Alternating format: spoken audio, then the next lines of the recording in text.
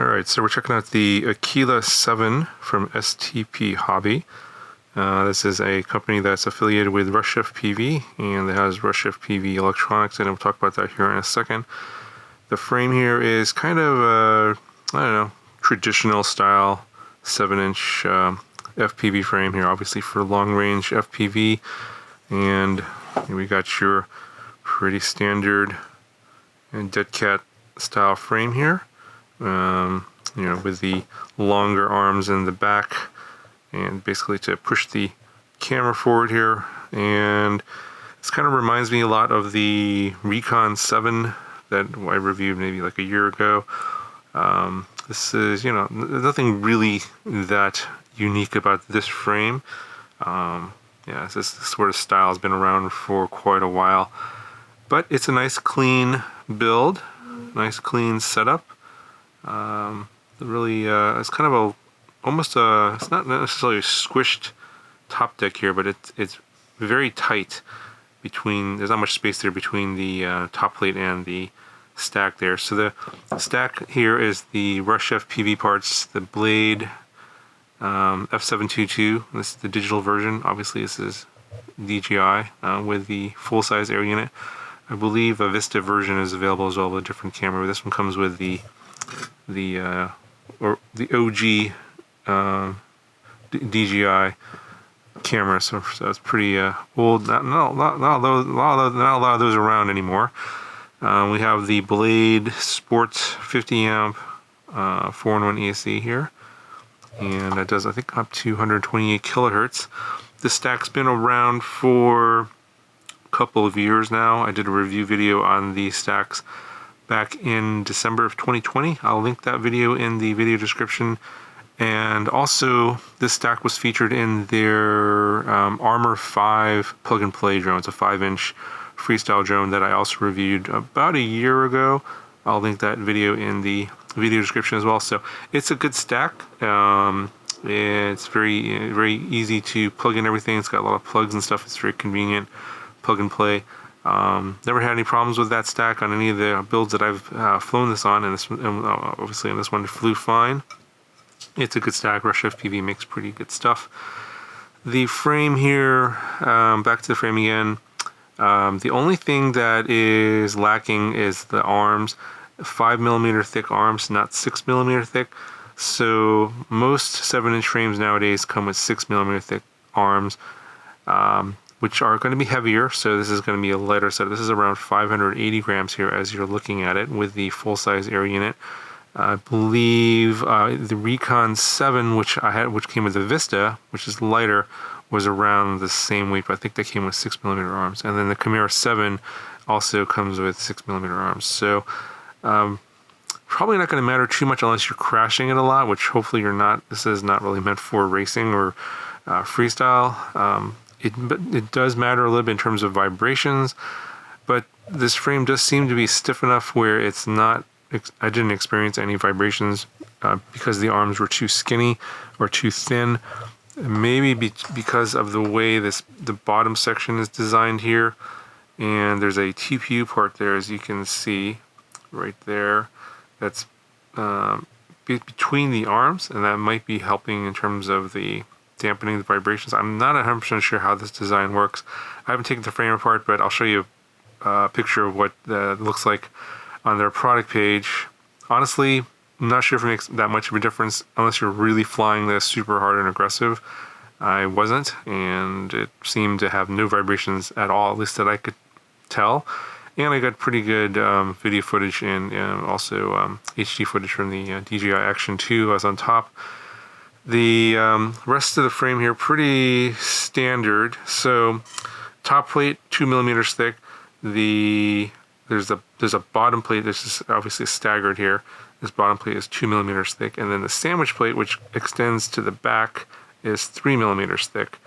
And then there's that carbon piece and TPU piece in the middle between the sandwich plates and in between the arms, and that puts the whole frame together. Plenty of space here on top for large batteries, so able to fly it around with the large 3300 milliamp hour 6S. And if you want to get longer flight times, this one This one gave me like a little less than 20 minutes, like 18 minutes. But if you go to a bigger 6S, I think there's bigger ones around 4,000 milliamp hours. Or if you go to lithium ion cells, then you can get 25 minutes probably pretty easily. Or if you just want to fly a little lighter, I've also tested it out on this 1400 milliamp hour, flies fine as well. The pit tune seems to be pretty forgiving in terms of the battery weight, so I was able to fly it on heavier and lighter batteries and didn't really notice much of a difference in terms of any sort of oscillations or vibrations or control problems. Everything seemed to work pretty well. This camera mount here that's attached to the frame is included along with the screw.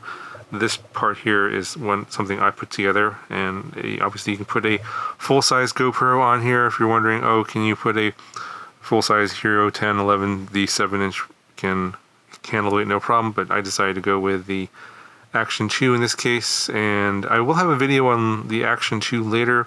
This one sort of has some renewed life because of the new firmware update that allows you to stabilize the footage with gyroflow, and I can tell you that the footage looks really good, but I will save that for later, as well as a review of the freewell ND filters for the Action 2. That'll come up in an upcoming video. The results from the Action 2 with the ND filter and gyroflow are pretty good, so if you're wondering, oh, I need a replacement for my Session 5, definitely pick these up. If you missed my post on my community page back in, it was during the holidays, I think, this was selling for $239 or something like that on Amazon, so I picked up a couple more of these back then. Hopefully you guys picked up some more of these because I knew that firmware update was coming out. And yeah, well, I'll say that for the video. That's not really appropriate for this video. And back to the frame here and the build. They're using pretty much standard motors here. These are RCN Power Smooks 2806.5 1300 kV motor, so pretty standard stuff there. A lot of 7-inch builds have a motor around that size. 2806.5 is the most popular. HQ 3-bladed props, 7-inch props, of course. Pretty standard as well. A lot of 7-inch come with that as well. And then 3D printed part here for the air unit, and as well as the GPS.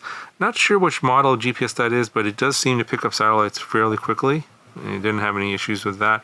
Although GPS Rescue was not set up on the flight controller. So I'll put a link in the video description on how to set up GPS Rescue. It's pretty standard. Follow that video. Obviously, I'm not going to cover that again in this video because it's going to be the same on most drones. So just again, I'll link that in the video description if you want to know how to set up GPS Rescue, because it's not set up out of the box on this one. Got your Rush FPV antennas here, left-hand circular polarizer, of course, for DJI. 2 of them, nice and tall, out of the way, so you get plenty of range. I actually flew this with my goggles 2 and the remote controller 2 with the updated firmware. I didn't have any issues or any range problems, so all good there. The camera mount here, it looks like it's carbon fiber, but it's not. It's a TPU, and it's like a harder TPU. Although, because of the way this is kind of a traditional frame with these standoffs here in the front. They don't show up in the video, the standoffs for this camera, but the props do show up in the video here. So you can see it when you're flying around just a little bit, but where it really shows up is on the HD feed. And I'll show you a little bit here what it looks like. Obviously, you can get more camera tilt if you want to get the props out of view. That's probably one of the biggest downsides of this frame, is that if you're on wide or ultra wide on the Action 2, you will see the props in view in the lower part of the video. It's not super distracting, but it's there. What I think, if you want to get this frame and you don't want props in view, you're probably going to have to create some sort of 3D printed part here in the front, extend this camera section here. Yeah, I'm not exactly sure, 100% sure how you would accomplish that. Some sort of 3D printed part, probably TPU, move this section, build a section up here in the front, put the camera here, and then move this camera mount forward as well. Then you can get the props out of view. That's the main problem, is that it's It's too far back for where the position of the motor is relative to the camera, so the props show up in your recorded video, which is unfortunate. Anyway, not a whole lot more to say about this model. It's not widely available, so you can get the frame on AliExpress and on their store, their STP Hobby store. And then if you want to get the plug-and-play version, as you're seeing here, fully built, it does come with analog versions, a digital version actually with DJI, and also no receiver. And if you want the receiver version, I think it comes with Crossfire. So those are only available if you want the plug-and-play. That one's, I think, is only available on their STP Hobby store. So I'll link those down in the video description. I don't know where the frame is available anywhere else other than AliExpress. That's the only place I could currently find it. So this, like I think it was the Armor 5, that one was also not widely available either. I think this is kind of a smaller company. They have nice builds, but they don't have a lot of models, and they don't widely distribute their products on a variety of other stores. So fortunately, that's the way it is with this company. The links will be down in the video description if you want to check it out. The video on the Action 2 gyro flow and the ND filters will be coming up in a future video, so stay tuned to the channel. Be subscribed if you want to get notifications of that video. Then that'll be coming out fairly soon, hopefully within a week or two. Okay, that's going to do it for this one. Talk to you guys later.